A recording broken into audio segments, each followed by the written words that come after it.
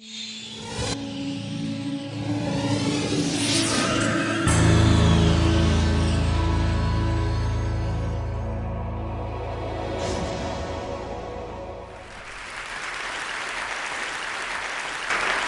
so a couple of years ago, I was turning 60, and I don't like being 60.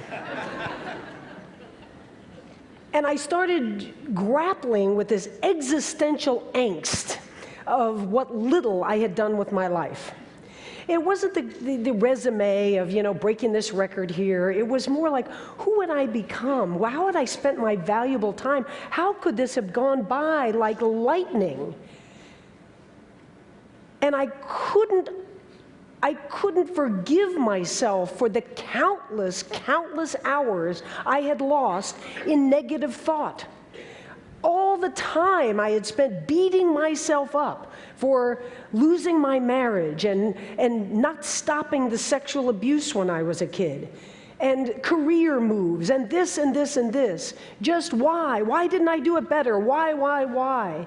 And then my mother died at 82. And so I'm starting thinking, not only am I not happy with the past, now I'm getting choked with, I've only got 22 years left. What am I going to do with this short amount of time that's just fleeting, and I'm not in the present whatsoever? And I decided the remedy to all this malaise was going to be for me to chase an elevated dream, an extreme dream, something that would require utter conviction and unwavering passion, something that would make me be my best self in every aspect of my life, every minute of every day, because the dream was so big that I couldn't get there without that kind of behavior and that kind of conviction. And I decided, it was an old dream, it was lingering, it was from so many years ago, 3 decades ago. The only sort of world-class swim I had tried and failed at back in my 20s was going from Cuba to Florida. It was deep in my imagination. No one's ever done it without a shark cage. It's daunting. It's more than 100 miles across a difficult passage of ocean. It's probably, at my speed, at my age, for anybody's speed at anybody's age, going to take 60, maybe 70 hours of continuous swimming, never getting out on the boat. And I started to train. I hadn't swum for 31 years, not a stroke. And I had kept in good shape, but swimming's a whole different animal. As a matter of fact, this picture is supposed to be me during training. It's a smiling face. And when you're training for this sport, you are not smiling. It's an arduous, difficult sport, and I don't remember smiling at any time during this sport. As I said, I respect other sports, and I compare this sport sometimes to cycling and to mountain climbing and other of the expedition type events, but this is a sensory deprivation, a physical duress. And when I started in with the 8 hours and the 10 hours and the 12 hours and the 14 hours and the 15 hours and the 24-hour swims, I knew I had it, because I was making it through these. And when I said I'm going to go out and do a 15-hour swim, and we're coming into the dock after a long day, and it's now night, and we come in and it's 14 hours and 58 minutes, and I can touch the dock and we're done, the trainer says, that's great, it's 14 hours, 58 minutes, who cares, the last 2 minutes? I say, no, it's got to be 15 hours, and I swim another minute out and another minute back to make the 15 hours, and I put together an expedition. It's not that I didn't have help, but honestly, I was the team leader. And to get the government permissions, you think you read in the paper, it's easy to get into Cuba every day? Try going in with an armada, like we had, of 50 people and 5 boats and CNN's crew, etc. The navigation is difficult. There's a big river called the Gulf Stream that runs across here, and it's not going in the direction you are. It's going to the east, and you'd like to go north.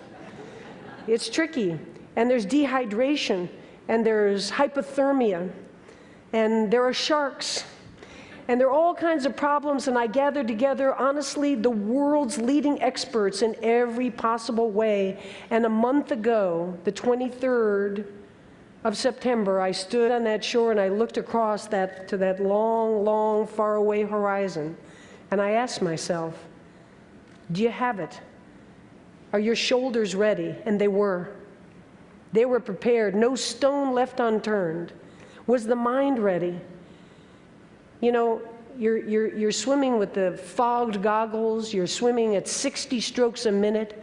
So you're never really focused on anything. You don't see well. You've got tight bathing caps over your ears, trying to keep the heat of the head, so that's where the hypothermia starts. And so you don't hear very well. You're really left alone with your own thoughts. And I had all kinds of counting systems ready there in English, followed by German, followed by Spanish, followed by French. You save the French for last. And I had songs, I had a playlist in my head. It's not through headphones, in my own head, of 65 songs. And I couldn't wait to get into the dark in the middle of the night, because that's when Neil Young comes out. And it's odd, isn't it? You think you'd be singing Leonard Cohen's Hallelujah out in the majesty of the ocean, not songs about heroin addiction in New York City. But no, for some reason, I couldn't wait to get into the dark of the night and be singing, I heard you knocking at my cellar door. I love you, baby, and I want some more. Oh, the damage done.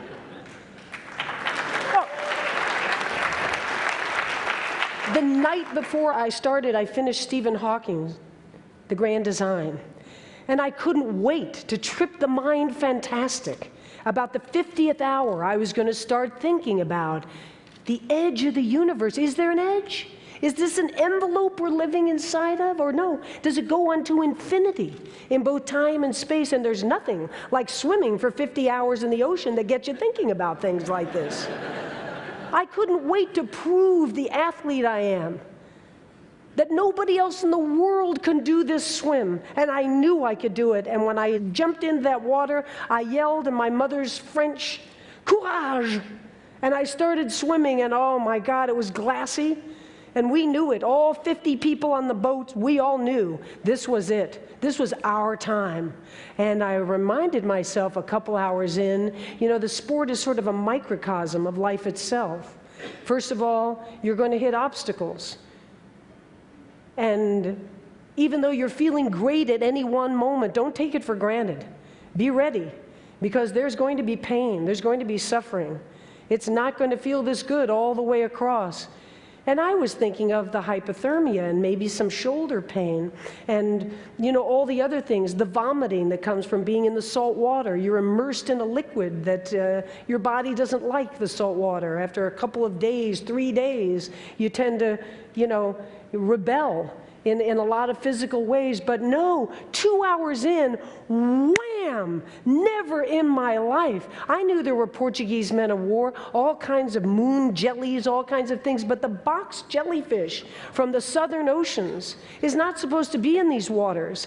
And I was on fire, excruciating pain. I don't know if you can still see the red line here and up the arm. Evidently, a piece this big of tentacle has 100,000 little barbs on it. And each barb is not just stinging your skin, it's sending a venom. The most venomous animal that lives in the ocean is the box jellyfish, and every one of those barbs is sending that venom into the central nervous system. So first, I feel like boiling hot oil I've been dipped in, and I'm yelling out, "Fire, fire, fire! Fire, help me, somebody help me." And the next thing is paralysis. I feel it in the back, and then I feel it in the chest up here, and I can't breathe. And now I'm not swimming with a nice long stroke. I'm sort of crabbing it this way. Then come convulsions. Young man on our boat is an EMT. He dives in to try to help me. He's stung. They drag him out on the boat, and he's evidently, I didn't see any of this, but lying on the boat and giving himself epinephrine shots and crying out. He's 29 years old, very well built, lean. He's 6'5", weighs 265 pounds, and he is down, and he's crying, and he's yelling to my trainer who's trying to help me, and he's saying, "Bonnie, I think I'm gonna die.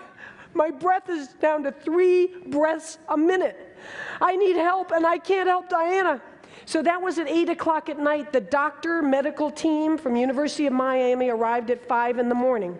So I swam through the night, and at dawn they got there and they started with prednisone shots. I didn't get out, but it was in the water, taking prednisone shots, taking Xanax, oxygen to the face. It was like an ICU unit in the water. And I guess the story is that even Navy SEALs who are stung by the box jelly, they're done. They either die or they quickly get to a hospital. And I swam through the night, and I swam through the next day. And the next night at dusk, again, wham, the box jelly again, all across the neck, all across here. And this time, I don't like it. I didn't want to give in to it, but there's a difference between a nonstop swim and a staged swim. And I gave in to the stage swim, and they got me out, and they started again with the epinephrine and with the prednisone and with the oxygen and everything they had on board, and I got back in. And I swam through that night and into the next day, and at 41 hours, this body couldn't make it. The devastation of those stings had taken the respiratory system down so that I couldn't make the progress I wanted. And the dream was crushed. And how odd, as this intelligent person who put this together and got all these world experts together. And I knew about the jellyfish, but I was sort of cavalier. A lot of athletes have this, sort of invincibility, they should worry about me. I don't worry about them. I'll just swim right through them. We've got Benadryl on board. If I get stung, I'll just grin and bear it. Well, there's no grin and bearing this. As a matter of fact, the best advice I got was from an elementary school class in the Caribbean. And I was telling these kids, 120 of them, they were all in the school, the gymnasium floor, and I was telling them about the jellyfish and how they're gelatinous and they're, you can't see them at night especially, and they have these long 30 to 40 to 50-foot tentacles, and they do this wrapping, and they can send the poison into the system. And a little kid from the back was like this, and I said, what's your name? Henry. Henry, what's your question? He said, well, I didn't have a question so much as I had a suggestion. He said, you know those guys who really believe in what they believe in, and so they wear bombs? And I said, well, it's odd that you've learned of this as a noble kind of pursuit, but yeah, I know those guys. He said, that's what you need. You need like a school of fish that would swim in front of you like this. And when the jellyfish come and they wrap their tentacles around the fish, they're going to be busy with them, and you'll just scoot around. I said, oh, it's like a suicide army. He said, that's what I'm talking about. That's what you need. And little did I know that you should listen to 8-year-olds. And so I started that swim in a bathing suit like normal, and no joke, this is it. It came from the shark divers. I finished the swim like this. I was swimming with this thing on. That's how scared of the jellyfish I was. So now what do? I wouldn't mind if every one of you came up on this stage tonight and told us how you've gotten over the big disappointments of your lives, because we've all had them, haven't we? We've all had heartache. And so my journey now is to find some sort of grace in the face of this defeat. And I can look at the journey, not just the destination. I can feel proud. I can stand here in front of you tonight and say I was courageous. Yeah.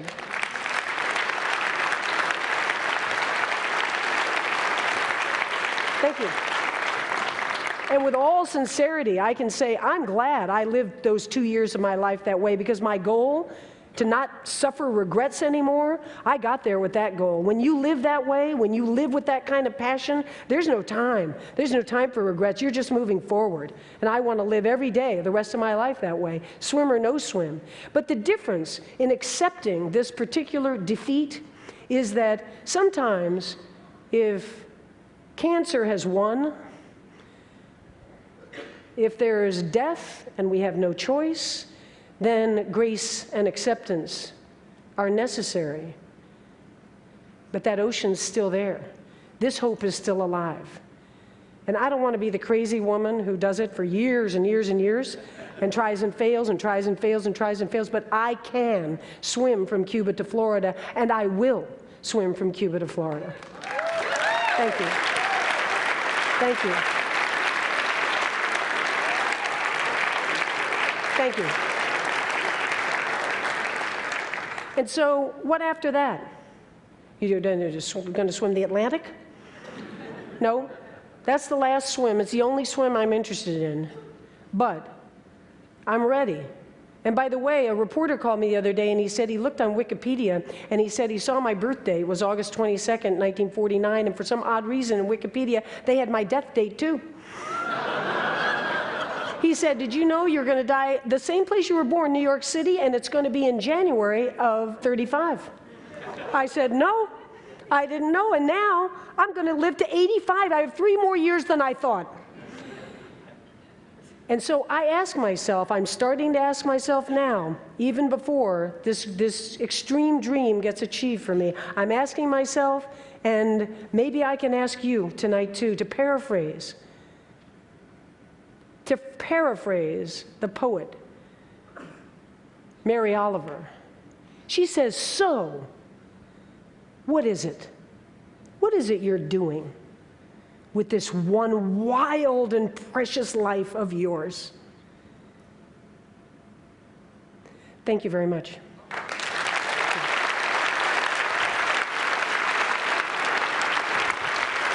Thank you. Thank you. Thank you. Thank you. Yeah. Live at large. Live at large.